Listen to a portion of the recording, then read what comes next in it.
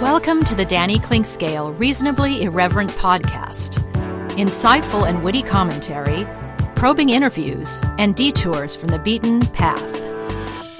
Welcome to another great edition of Danny and Stan's Football Weekend, presented by NoNonsenseHealthcareNinja.com, and another fascinating football weekend on both the college and pro ranks. Kansas City Chiefs once again did what they've been doing for a while now, which is to win and give their fans some angst and everybody across America a little more entertainment than they may have anticipated as a two-touchdown favorite. They still had to do some work right at the very end to beat the Denver Broncos in a really, really interesting game, which brings up some great topics to talk about with Stan. College football also presented the same. Very interesting things to talk about as Missouri had a dramatic victory. It was supposed to be a little bit easier, but why not have some real excitement at Faurot Field?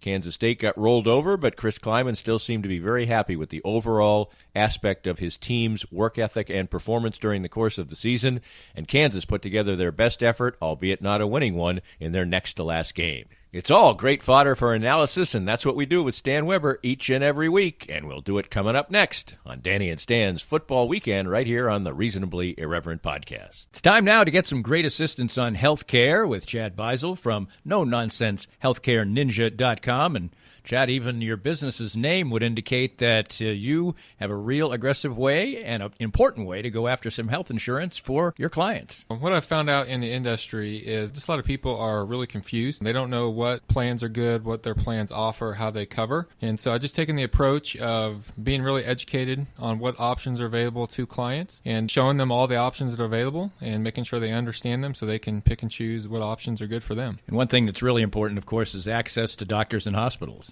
Absolutely. That's becoming a big issue for a lot of people. Some of the plans out there are going to restrict those clients to where they can and cannot go. So if you live just outside the Kansas City metro, some of the counties outside, you may not be able to go to some of the hospitals up here in the Kansas City area. So making sure that you have a plan that's got doctors and hospitals and places you want to go is really, really important today. Learn more by visiting NoNonsenseHealthcareNinja.com and let Chad help you.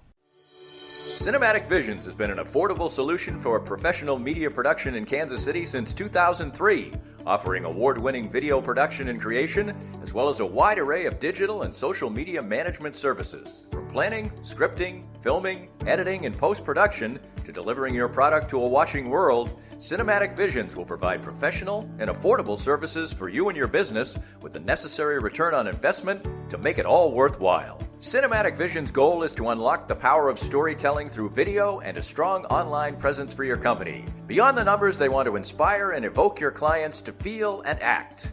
Let my friends at Cinematic Visions embed your brand where it belongs, in your customers' minds. You can find them online at cinematicvisions.com or with a quick phone call at 816-600-6300. I'm here with Tim Emerson, the owner of Emerson & Company. And Tim, give us an idea of the range of services that you provide from Emerson & Company. At Emerson & Company, we do credit card processing, payroll services. We do bookkeeping, merchant accounts like point-of-sale systems. What would you say differentiates you from other companies in the field, and what makes you special? I think what makes us unique is that we're a small local business making regional decisions on companies. We create a profile for the business and then put it out to our different vendors in a very competitive environment and tailor those needs to the specific business, which usually ends up in a great fit or great result for the company. And, of course, the idea is to save money, right? Save money, and actually sometimes I'm surprised where actually a solution that may cost a little bit more ultimately does save money, but we're not conditioned to think like that sometimes. Emerson & Company. Check them out at emerson-co.com or call them at 816-360-9092. We're here with Joe Spiker, the CEO and president of Easton Roofing. And Joe, you had a great year in 2019, a record year. 2020 comes, things are moving smoothly along, and then the coronavirus comes. But your company seemed to be very ready, very proactive, and very ready to serve your customers well. Yeah, we adopted social distancing very early before the cities even put out the notices. And we started working from home. We are largely cloud-based as a company, so that transition was easy. Our technicians are wearing masks and gloves, and salespeople are not meeting with homeowners. We're doing everything digitally and doing everything we can to do our part to get over this as quickly as possible. So for any needs that people have right now, what's the best way to get in touch with you? Well, you can always call us, 913-257-5426. But the best way is to go to eastonroofing.com, put your information in, and we'll give you a call. Easton Roofing. Integrity matters. If you'd like to join these and other great sponsors and market your business to a growing and engaged audience, contact us at danny@dannyclinkscale.com. Look forward to hearing from you. Stan, professional football is the entertainment business, and the Kansas City Chiefs seem hell-bent on providing great entertainment, maybe on days where, as I mentioned in the open, it wasn't expected. This certainly seemed like the week after a few weeks where many people were calling for a lopsided victory for the Chiefs, but this one, really screamed out that the Chiefs were going to have an easy time of it, and right from the start, the Denver Broncos put up a fight. If they had a little bit more offense, maybe it would have been more palatable for it. Chiefs kicked field goals instead of scoring touchdowns, but once again, the Chiefs won. It's the National Football League. They've lost only one game, but they certainly have created a situation where here on Monday, we have a lot more to talk about than we may have thought we were going to. Well, they ought to be happy on Sunday Night Football to get Patrick Mahomes not only on every commercial that the nation sees, they get to see him play some great football, trying all the way to the end, throwing for unbelievable yardage because the game's close. So it's as if it's scripted for TV. But, the Chiefs do it again. It is a subject that has a lot of fun to talk about. When you win, I think it's okay to break down all the things that could be wrong, might be missing. But at the end of the day, it's pretty amazing that the Chiefs won the ball game as usual. Broncos did a lot of right things to give it a chance to win the ball game. And then you still look and say, well, Tyreek Hill caught a touchdown that no one knew about, so they didn't get that 7 Even points. him.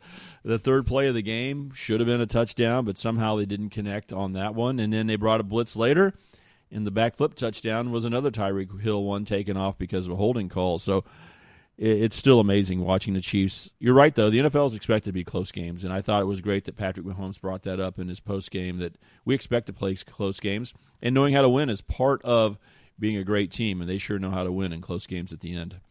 They do, but they didn't quite put the game away with the offense this time around. The Broncos don't have a very good offense, but they were able to run the football. Right off the bat, Drew Lock shows where he is as a quarterback right now. The play before he throws an interception, he throws a beautiful ball on third down for a completion, and then turns right around and just throws a moronic ball. And it's as if the offensive coaches are not trying to drum into him that interceptions are bad. He has a ways to go. There's no doubt about it. You think about how quickly the Chiefs moved down the field, so easily knocking on the door of the goal line at halftime. There was hardly any time left, and it was more likely they were going to score a touchdown than not. Yet when Denver, at the end of the game, in a normal NFL setting, they're going to drive down and get into field goal range, and maybe I know they need a touchdown, right, but they're going to be able to move the ball, and it was hard all the way, and it just shows you how much deficiency there is between what the better NFL quarterbacks are doing and then what the average or below quarterbacks are doing. And right now, Drew Lock just was not quite good enough to make the plays to get Denver over the hump because they had a lot of things going for them. The defense, at least in the red zone, was good for the Denver Broncos. They could argue they were good enough all game long, did some nice things. The running game popped and was effective for the Broncos, but they just couldn't rely on the passing game for one reason or another, and it's not easy for Drew Lock. I thought Chris Collinsworth, during the broadcast, did a great job of breaking down the positives, the negatives, the challenges for the Broncos, but they refused to play off of those very much. Again, the head coach is over there calling defensive plays. I don't think he's a big-time head coach at all. He's finally getting an opportunity, but his head's probably not into how do you make the quarterback a better player? How do we get the offensive coordinator reined in and doing what we need to do and lean on the defense? But overall, great NFL game. Denver's got to be happy after last week's debacle to come back and fight, put the performance they did out there. They can be encouraged, so they can be happy. And then the Chiefs can walk away and go, we won. And if anybody would have had a normal indicator, we would have seen a touchdown called for Tyreek Hill. How in the world do you get where he doesn't realize he caught the ball? No one in the stadium seen a replay quick enough to get things turned around. It wasn't, it was a third down play, so they kind of all trot off the field. Punt team runs out there, punts the ball real quick. I mean, there's not super quick, but quicker than we wished if we could have saw a replay on NBC. 9 seconds left on the or up play on clock the big board or something like that. 9 seconds left. The Chiefs should have had that touchdown. Could have had others. It was a great game all the way around. And if you want to be scared, we go back to the defense, Danny. I mean, are they really going to be able to stop teams when they have to? Well, I've talked to you about this enough. I'll bring it up again. When Tyrann Mathieu shows up, yep, good stuff happens. You see three big plays, three really big plays, the interception, and then the big play at the end of the half that prevented what could have been a much more makeable field goal. That play looked like it was going to go for big yardage, and it didn't. And then he gets the 2 interceptions. I thought of you instantly when he's making plays out there, and he really was. Those 3 plays are kind of the difference between a really good night at the office for the defense and maybe not so much, because they gave up 170 yards rushing. Locke made some plays. They allowed the other team to stay in the game. Denver, not a very good offense. So he is what you say, the difference maker. Yeah, I've been watching the NFL, and I really had that Tyrann Mathieu statement, and then I started watching like the Seattle Seahawks. When they do play any good defense is when they send Adams, who they got from the Jets, on the blitz, and he's making tackles. And then I see there's a guy for the Arizona Cardinals, I forget his name right now, as well, that when he makes a play, it's spectacular, and otherwise, if he doesn't get around the ball, they look like just another average defense out there. So Tyrann Mathieu, it's other than a play, hardly one, maybe like you said, one play or so until the fourth quarter, I didn't even realize he's out there, and that's just a compliment to the opponent. When your TV screen shows the play unfolding, like the ball's passed for 7 yards or whatever you see in the NFL, now you go, okay, what's going on? Is he on the run? Is it a low ball? Is he catching it? Make sure there's no pass interference. Now, after he catches it, what's going to happen? Well, if Tyrann Mathieu doesn't show up in your picture, it usually is a play that's going to work well for the opponent. And maybe they're doing a good job of staying away from him, but the way that they brought the blitz, again, the Chiefs were so aggressive right from the get-go. They brought so many people in the box. I mean, which, Danny, you could bring your skepticism hat out and go, how did they not stop the run when they had everybody up at the line of scrimmage? But they had everyone up there, so close to the line of scrimmage for much of the game. They just said, we're going to not allow you to run, do the best we can to not allow you to run.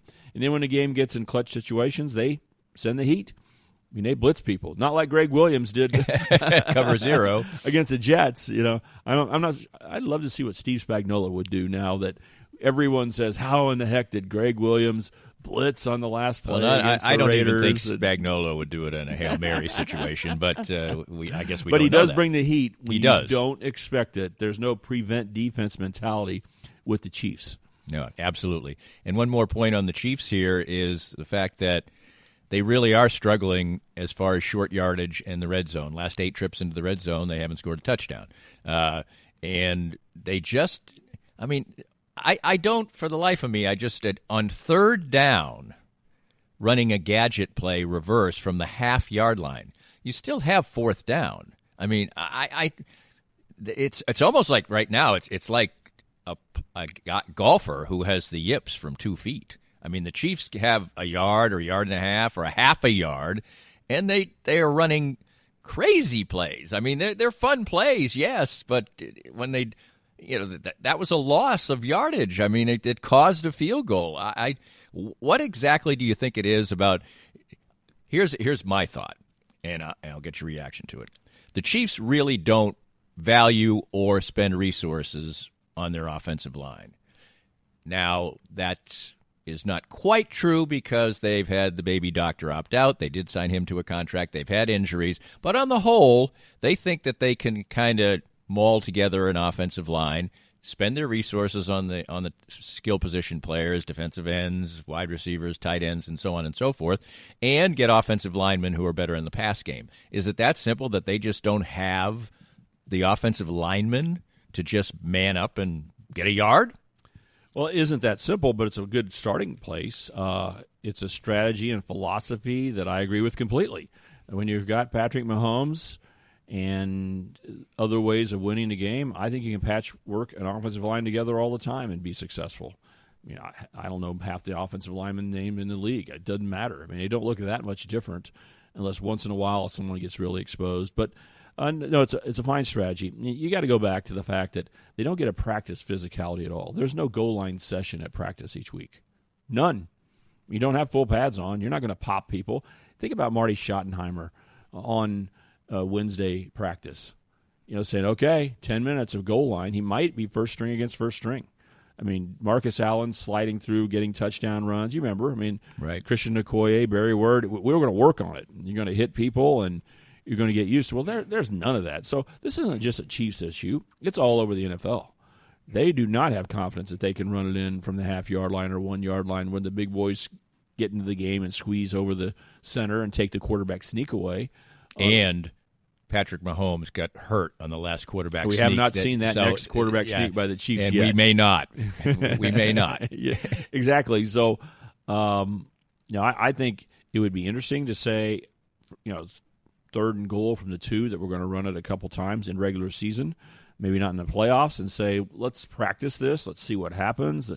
Can we go straight ahead? Maybe Darrell Williams in the ball game. He was our late game back in this game. Do you go that direction? Because Le'Veon Bell, it seemed like he runs more with an upward style that he gets hit in the chest a lot and knocked back. If you notice that, Dan, he didn't fall to the ground and gain that extra half yard hardly at all last night. He's good, he slithers, but once he gets grabbed with his legs, he's still got his body up. So he's not a great goal line back. Clyde Edwards-Helaire is young.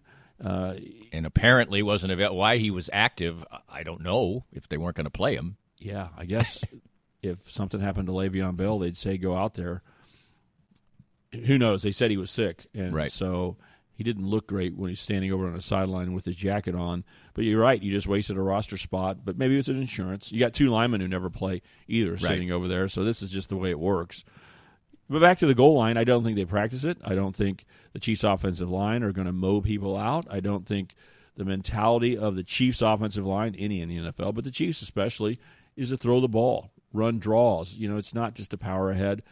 And then the Chiefs, I think, believe they can outsmart you at the goal line. I think that they use the 53.5 yards side to side more than anybody else because they have so much speed. If they do a jet sweep handoff to McCole Hardeman, when he gets the ball, it's likely he's going to be around the corner before you know what happens. People are watching Tyreek Hill a little bit more, but they ran the option fake this time, and the other time last week it was Travis Kelce, Philly special style, looking to throw a pass or not. The Black Pearl. He threw the pass. So, no, I think it's worthy to note that the Chiefs just haven't been lethal getting the ball in the end zone, and that's going to have to change.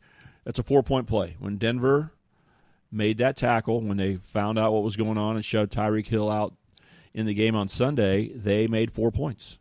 And to me, the game in the NFL is getting more and more, all of football is getting more and more like arena football. It's outrageously turning into the up and down the field. We'll get to college later, but we saw it in a couple of our local games unbelievably.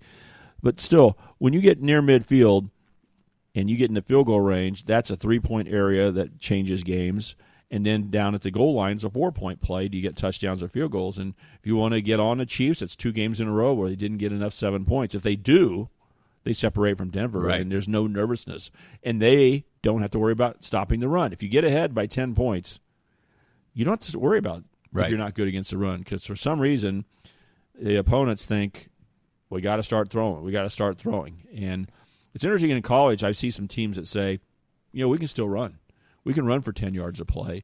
Let's go. But in the NFL, they have not bought into that. They believe you got to throw.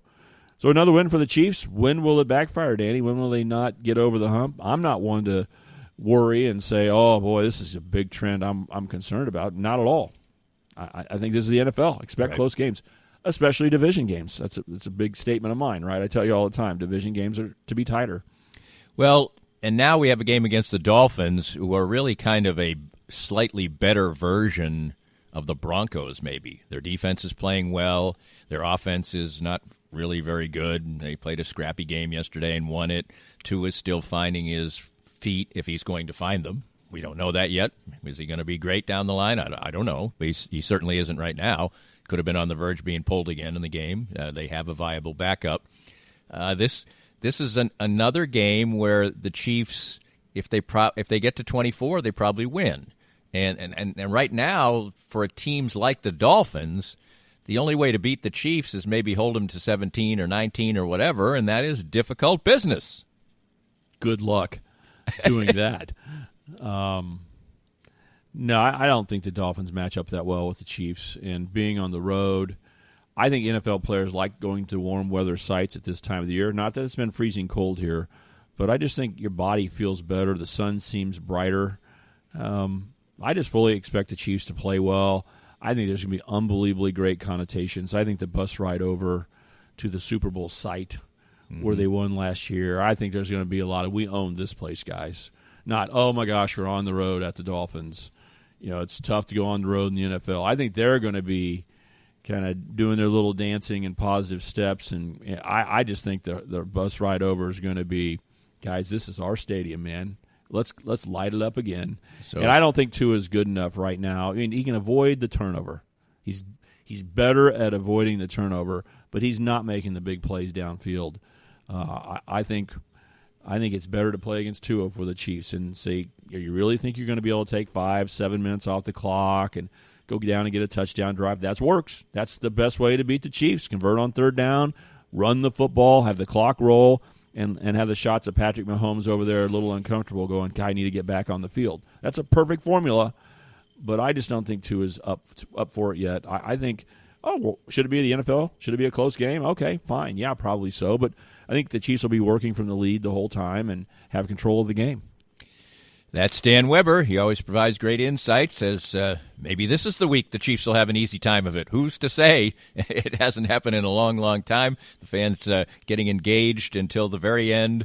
The last beer still being sipped with a little nervousness, and we'll see what happens next week. And unbelievably good ratings across the nation as people love watching Patrick Mahomes everywhere in this country. Absolutely the case. We had some real interesting stuff going on in the college game. One team wraps up their season, another comes close to it, and another still has quite a ways to go. And we'll talk about the locals and college football coming up next on Danny and Stan's Football Weekend. It's brought to you by NoNonsenseHealthcareNinja.com. Go see the great guys there, guys and ladies, and let them help you out with their difficulties of health care and save you some money and do all those good things as well. NoNonsenseHealthcareNinja.com. And those are the people to see. College football coming up next. More of Danny's Reasonably Irreverent podcast after this. Firsthand, I have enjoyed the benefits of the CBD products from Canaway. My back feels better and better these days, as a major part of my routine are the pain-relieving salve and the Pure Gold oil. And recently I had the pleasure of a treatment session using the Canaway CBD in conjunction with the Microlight 830 cold laser. The non-invasive treatment session worked wonders, and I could barely tell I was even being touched. TML 830 is the first 3B cold laser to get FDA approval, and in addition, the combination treatment with CBD is patent pending. The new smart laser is the only hands-free cold laser in the world and is used by athletic trainers, chiropractors, MDs, physical therapists, and veterinarians everywhere.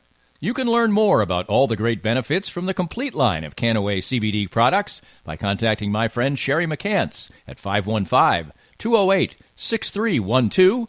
That's 515-208-6312 to get outstanding information about Canaway. Hi, everybody. This is Matt Llewellyn from 23rd Street Brewery in Lawrence. I just want to thank everybody for supporting local restaurants during this time of uncertainty. 23rd Street Brewery is now open until this pandemic is over. And right now, more than anything, local restaurants need your help and support. Come on out and see us. 23rd Street Brewery is open now from 11:30 till 9 o'clock for dine-in and carry-out. Whatever we can do to help you out, maybe with your catering needs, too. I appreciate all the support, and thank you for continuing to shop local.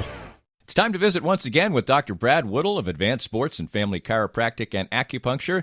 And Dr. Brad, your group has reached a significant milestone in receiving a prestigious award. Danny, we've been honored for the 10th year in a row to receive the 5-Star Service Award from Integrity Doctors. And what this means is that all of our offices throughout Kansas City have made sure to give people excellent chiropractic and acupuncture care, be on time, and do a very complete and thorough job, and have great responses back from patients. I know firsthand because I was just treated, for instance, today by you. You have a wide range of fantastic services. Absolutely. Chiropractic, acupuncture, physiotherapies, rehab, anything that you need to keep you well in bones, muscles, joints, and nerves. And I can't say how much it's benefited me in the time I've coming here, upwards of 2 years. My back has improved 100%. And you can have that same kind of treatment too. For more information and your chance for a healthier way of life, visit asfca.com/Danny today.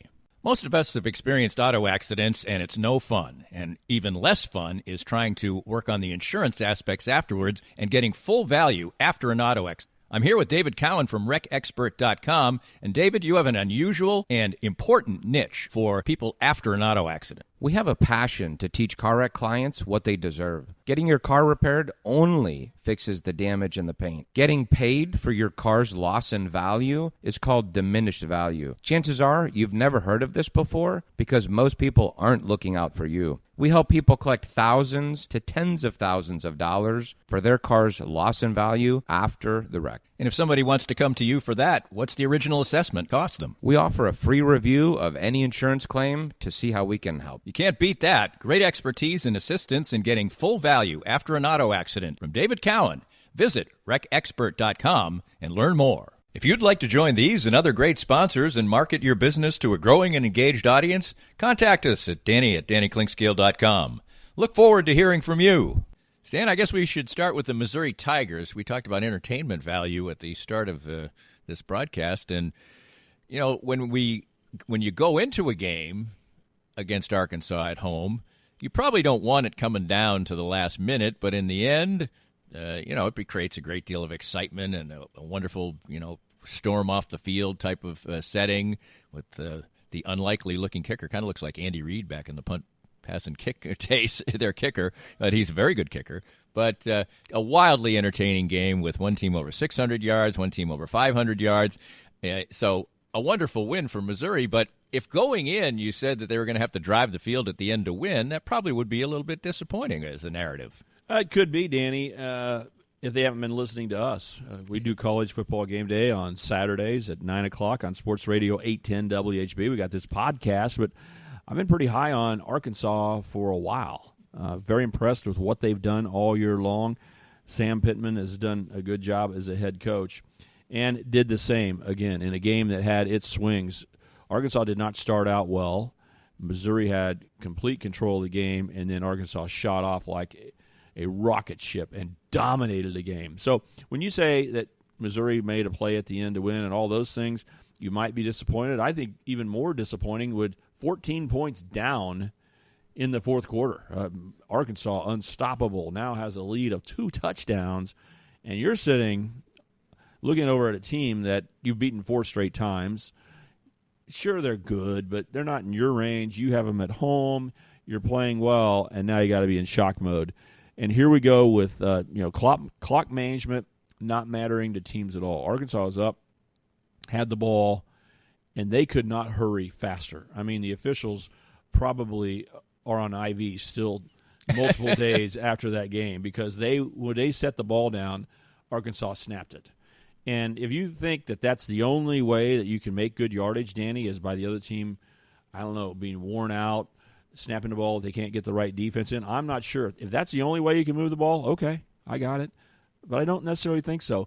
The fact that they allowed as much time on the clock as they did gave Missouri plenty of time to finally gain some traction. Just make a play here or there, maybe a penalty against Arkansas.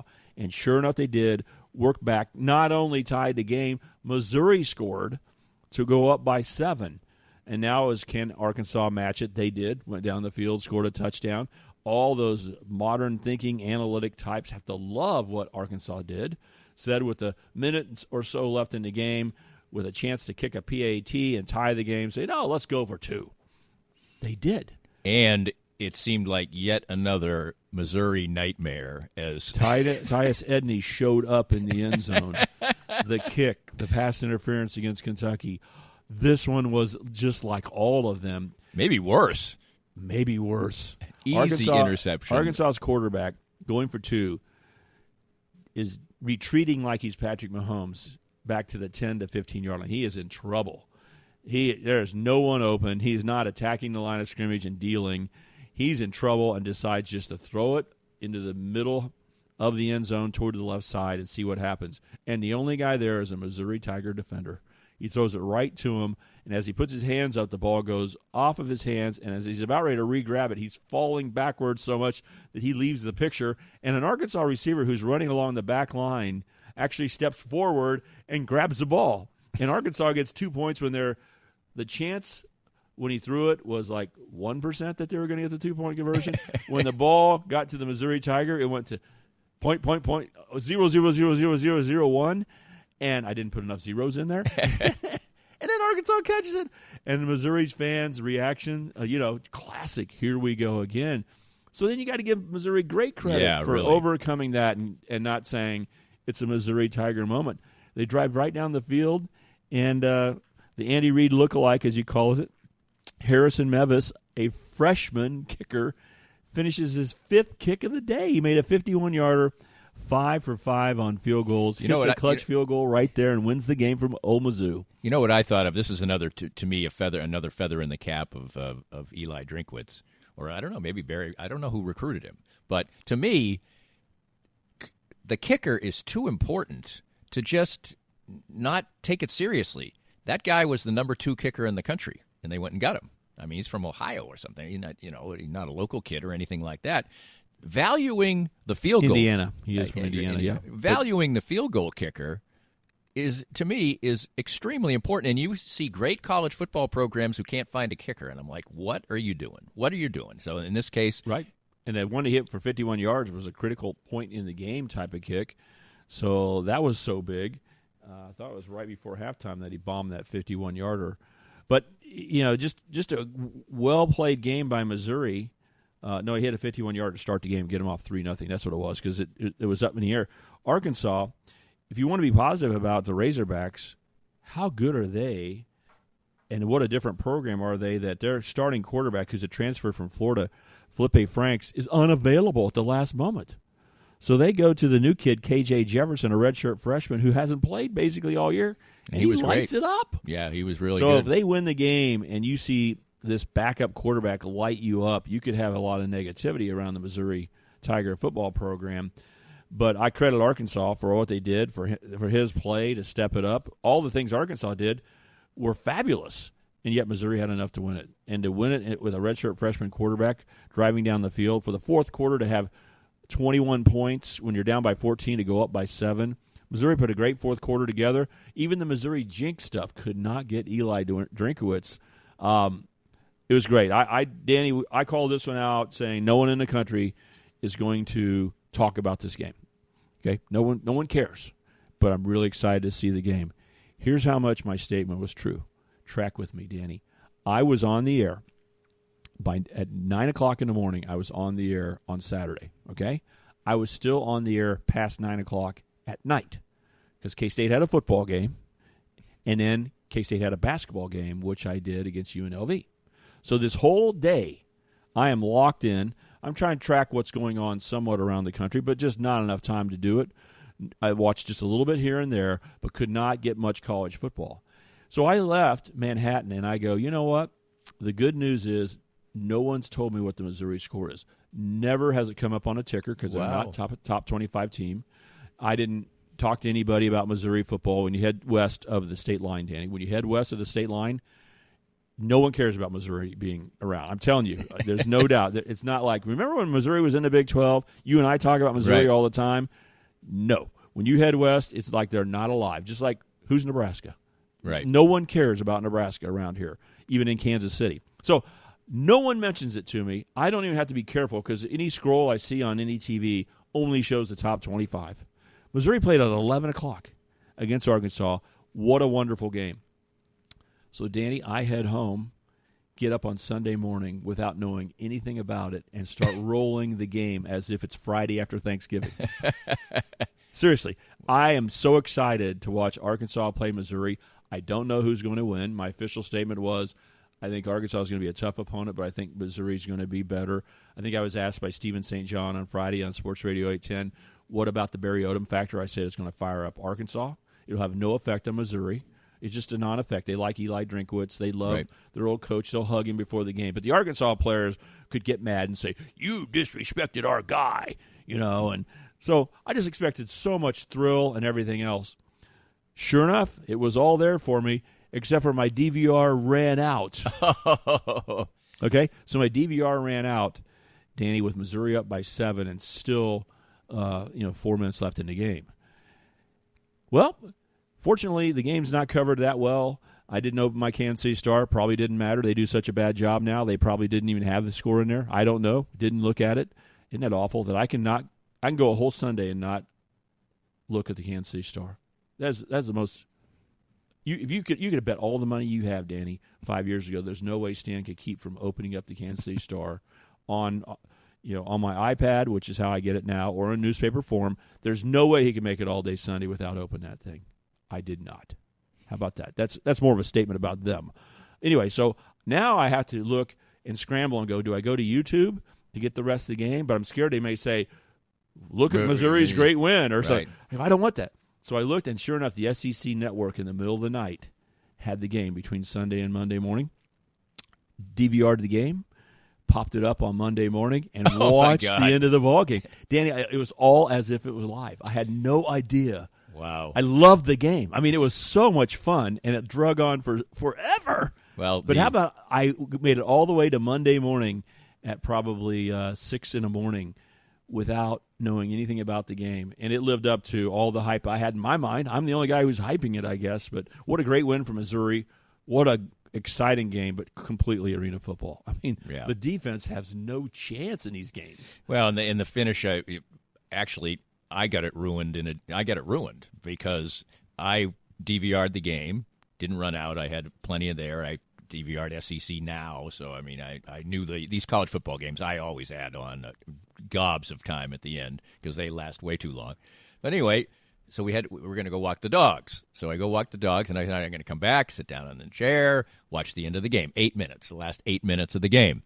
But for whatever reason, right before I did that, I wanted to check out the recap of the Kansas game.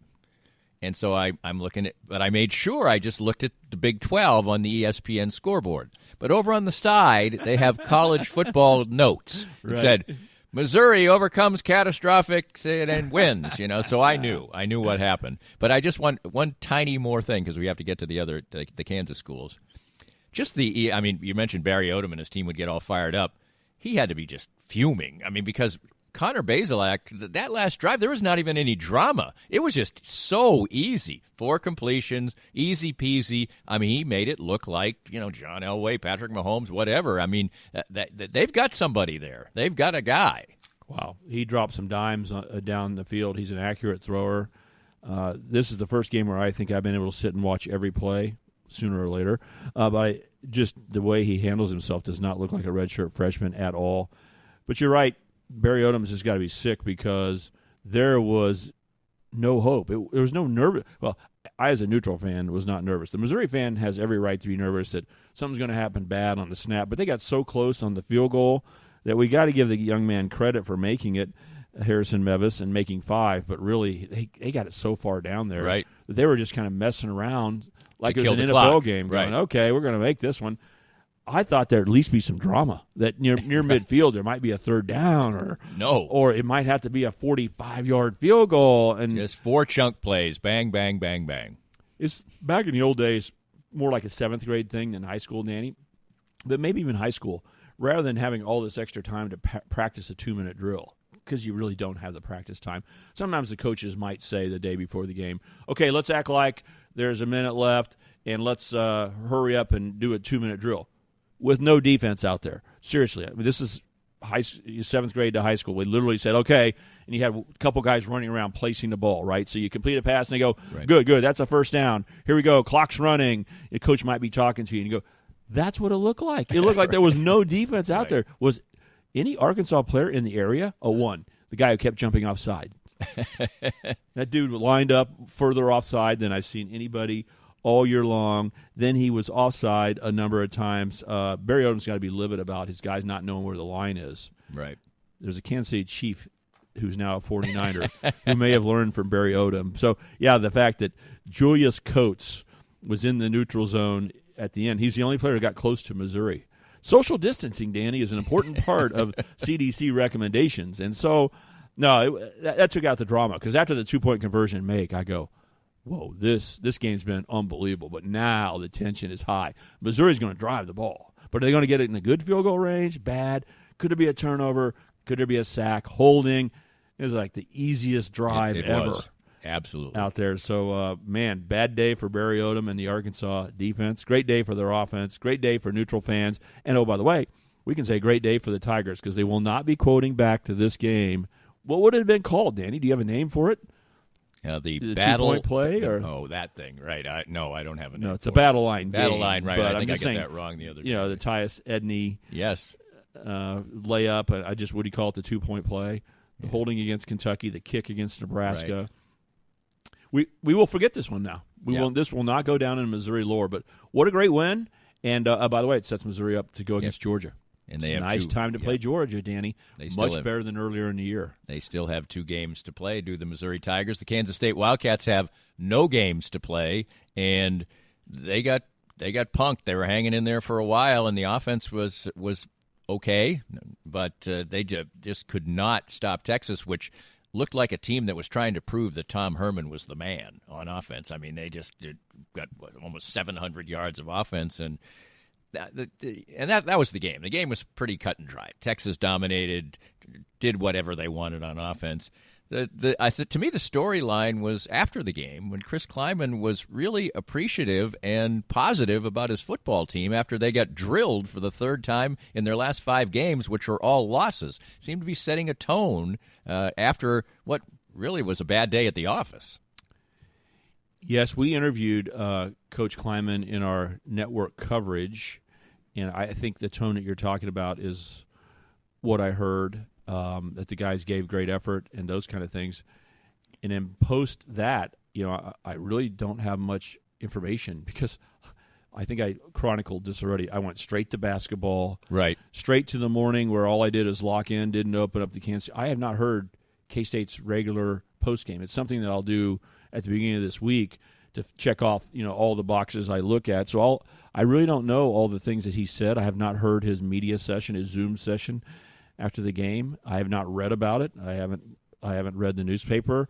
Then I'm into the NFL all the way through, and now working with you on the podcast this morning. So maybe he knows the season's over. Maybe there's no reason to pile on to the football team. There's a lot of things in play right here. They're truly affected by COVID, then injuries in this game too.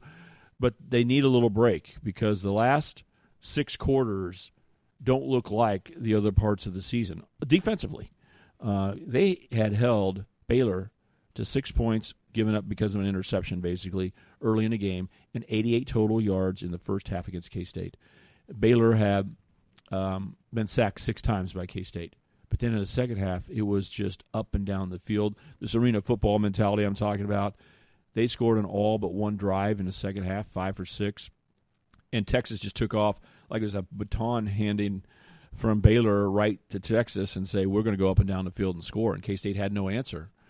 Now, how much of it was Texas? It's an interesting story, because you get ready for the game, and all they're talking about is Urban Meyer appears to have had some contact, interview, whatever, discussions with maybe the Texas president and the AD. Don't know how much is true, but in Texas, and especially in Austin, I've heard, because K-State is playing against Texas, I heard more of them last week, and you can just tell they're convicted. Like, he's gone.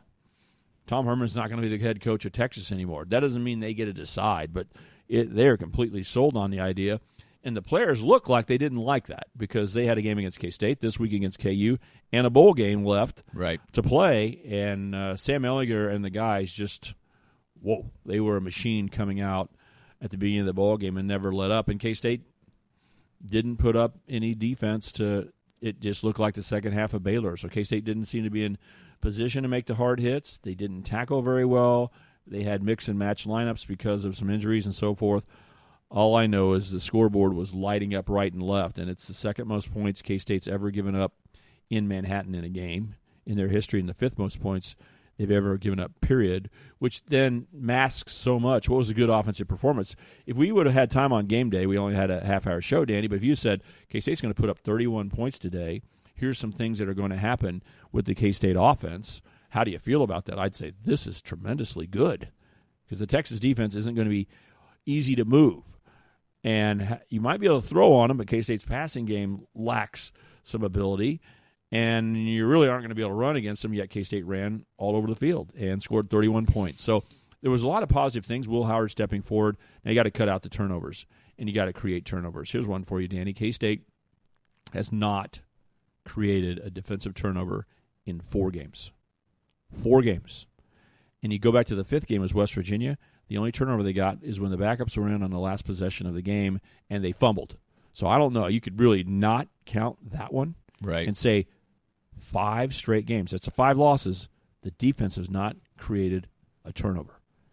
And now you can say Will Howard's, K-State's losing 2 or 3 every game. But you got -2, -3 margin. Boy, Dick Vermeil, run on in here and tell us what your chances of winning are. Tough to overcome. So that, there is a giant reconciling item. How does defense create turnovers? That's a hard one for me to get my arms around, but K-State's not on defense, and it was a scoring fest for Texas. We'll see what this does for their decisions on Tom Herman and how they play the rest of the year. Does this create momentum? Because Texas looked like the team that we've seen in the bowl game each year. Right. 2 of the last 3 years under Tom Herman, they beat top 10 teams and rolled them in the bowl game. They came out just like they did against K-State. Yeah, absolutely. Real quick, what are you hearing about the potential for K-State to play in a bowl? It's very likely that they'll play in a bowl game. What happens, the key thing to watch is if the bowl game occurs. A number of bowl games are putting the white flag up and saying not going to play. And one of the most traditional bowls after the Rose Bowl is actually the Sun Bowl. The Sun Bowl has been played forever in El Paso. And they're not playing this year, Danny. Right. So here's how it works.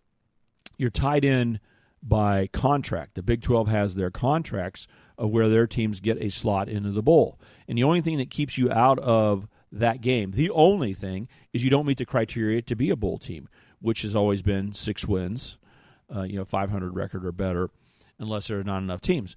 But this year they took away all the hurdles and said, we don't care what anybody's record is. Kansas is legitimately right now eligible to go to a bowl game. Although they won't. But but they are. Yeah, they're eligible by rule. So that opens up. So there's no rule about do you have a losing record or number of wins. So K-State's eligible. If all of the bowls stay available, if they're going to play the game, then you go down to the 7th place team at the minimum to find Big 12 teams to take those slots. And so K-State would have to be considered at least the 7th best team. If they're not 8, 9, or 10, 8, 9, and 10 are unlikely to go to a bowl game.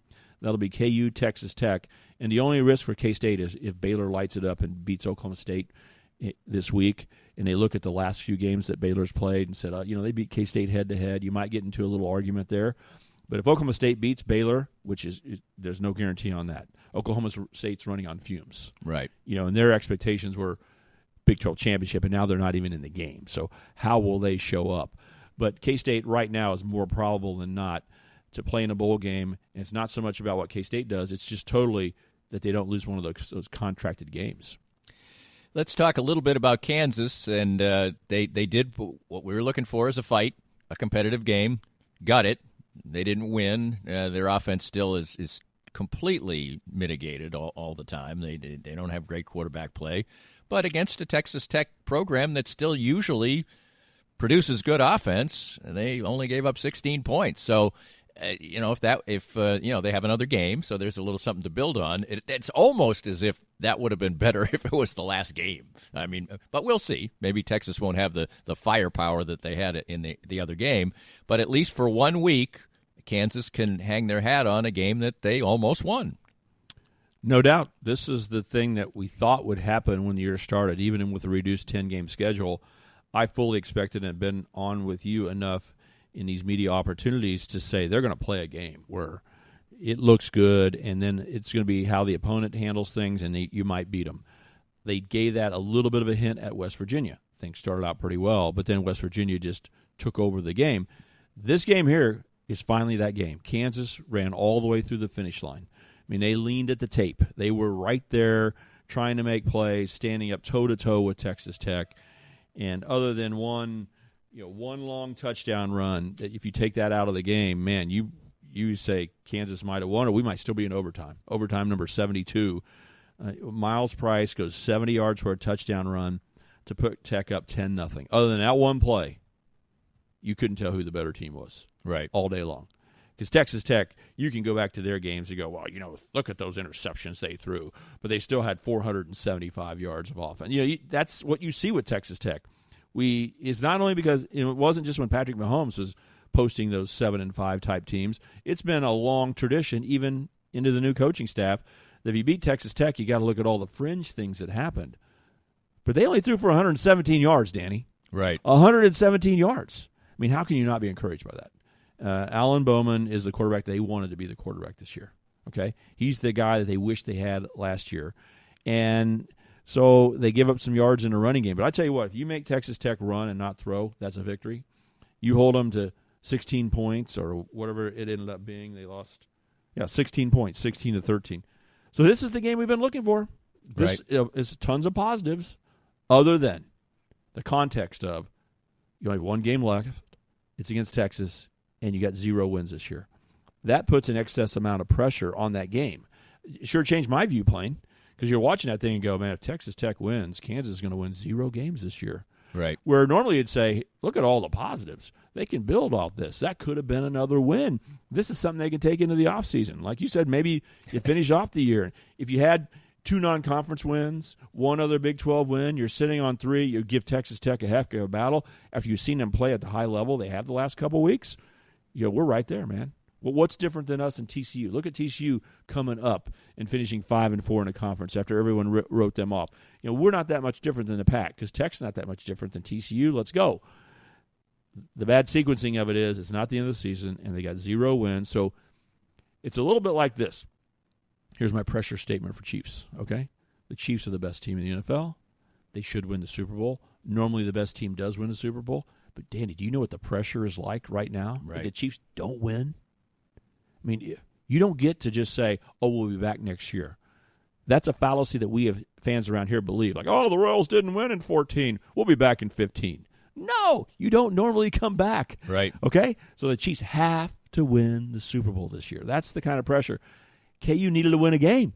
Right. So when it got to the fourth quarter and when they tied at 13-13, I wasn't thinking beautiful music for Jayhawk fans, like, hey, this is good. This is what we want. This is what we want, a legitimate team. He's like, no, you have to win this game.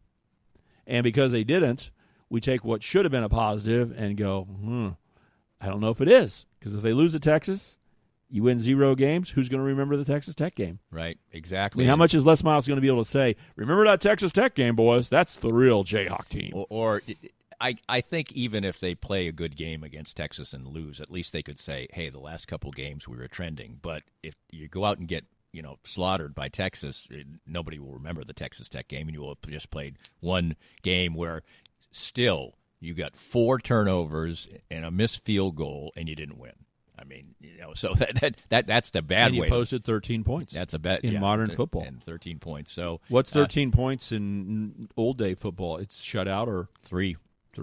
0 or 3, right? I mean, 13. You just can't win games winning 13 points. So, and let me tell you, it's gonna be hard to stop Texas. I know they'll be asleep. Right. Hopefully the weather's cold and they're all bundled up on the sideline and have 7 layers on. But I tell you what, they got some running backs. They got a great quarterback. It's hard to slow those guys down.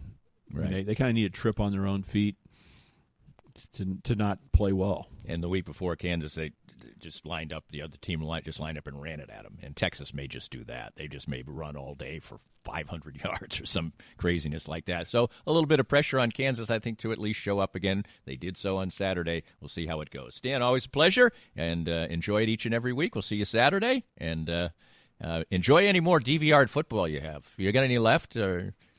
No, the NFL and the COVID adjustments have been doing me very well, Danny.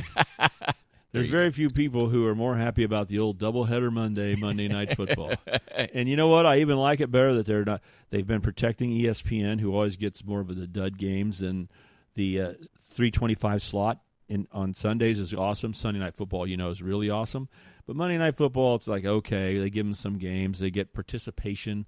And so the Monday night games could be bad, but the fact that, rather than playing two at the same time, that doesn't do me any good. Let's just spread them out a little bit. So 4 o'clock kickoff with such an important game for Chiefs fans. Yep. How much fun is it to root against someone else? Enjoy. So we're going to do that. And then, oh, by the way, Dallas plays on Tuesday, Danny. I'm going to enjoy that. And college football should be over. December 5th should have been championship game Saturday. And, Danny, we got 2 legitimate weeks of football in college, which will sequence right into the bowl game. So this actually, I know it's hard to make lemonade when you have just a bunch of lemons, but I'm going to look at this as a positive. This is going to be a fun December. Absolutely. Stan Weber. We do it each and every week right here on the Reasonably Irreverent podcast. We hope you enjoyed the latest Danny Klingscale Reasonably Irreverent podcast. Come back soon for something fresh and new. This podcast was made possible by our great sponsors like NoNonsenseHealthcareNinja.com, specializing in expert healthcare guidance and assistance for you.